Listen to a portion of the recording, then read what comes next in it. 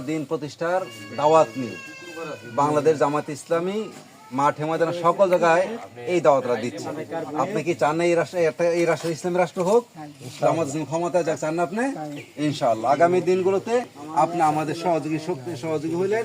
এখন থেকে আপনি জামাত ইসলামের কথা বলতে আমরা আসো, এইবার অনেক দলই দেখছি, এইবার জামাত ইসলাম একটা ভোট দিন, কি বলেন? ইনশাআল্লাহ সহযোগী হইলেন। হ্যাঁ, আপনি আমাদের কথা বলবেন, কাজ করবেন। থেকে ইসলামের দাওয়াত নিই, আল্লাহর জমিন আল্লাহর দিন প্রতিষ্ঠা করার জন্য আমরা সকলে কাজ করতে হবে। কি বলেন? একটা দুর্নীতি মুক্ত বাংলাদেশ গড়তে চাই, একটা চাঁদাবাজি মুক্ত বাংলাদেশ গড়তে চাই, নেশা মুক্ত বাংলাদেশ গড়তে চাই। আমরা কি চাই না? ইনশাআল্লাহ একটা পর্দা সম্পন্ন বাংলাদেশ গড়তে চাই না?